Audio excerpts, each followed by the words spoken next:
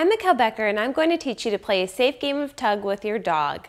Tug can be a fun game that releases energy and furthers the human-animal bond. Dogs like tug so much that it can actually be used as a reward for certain behaviors. Before you play tug, there are some basic rules every dog must understand. First, tug should only be done with a certain type of toy. I recommend using rope toys. It's important a dog has a visual on what types of toys are appropriate for tug. Unfortunately, I once witnessed a shelter dog that thought all items, including pant legs and shirts, were fair game to play tug with because he had not been taught otherwise. Before starting to tug, always use a consistent word to let the dog know it's time to tug. Let's play could be used. For already rambunctious dogs, you may want to downplay your own excitement to keep them from getting over-aroused. Once you are playing tug, it's time to teach the dog to drop it. I usually teach this by saying the word drop it and reaching towards my treat bag, which most of the time will cause the dog to drop the toy. You can also put a treat out in front of the dog's nose for the more determined tuggers. As soon as they let go, click or say good and treat. After practicing a few times, try to get her to drop it simply on the word. You can help your dog to do this by hesitating for a few seconds after saying the word before you use the prompt of reaching for the treat bag. Reward as soon as the dog lets go. As soon as your dog has a good understanding of drop it, it's time to intermix the reward of getting a treat with getting to tug again.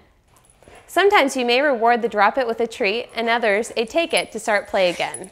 Drop it is a critical part of tugging that needs to be understood by the dog to safely play tug. It not only keeps you safe, but having frequent breaks during your tug helps to keep your dog from getting overly aroused. If your dog ever doesn't drop it on the word drop it, the game should end. This teaches the dog that only if they let go of the toy on command will the game continue. Your dog will learn the game is not nearly as fun without you there to tug back, and will start to listen more to drop it. Dogs also need to understand to be careful with their teeth during tug.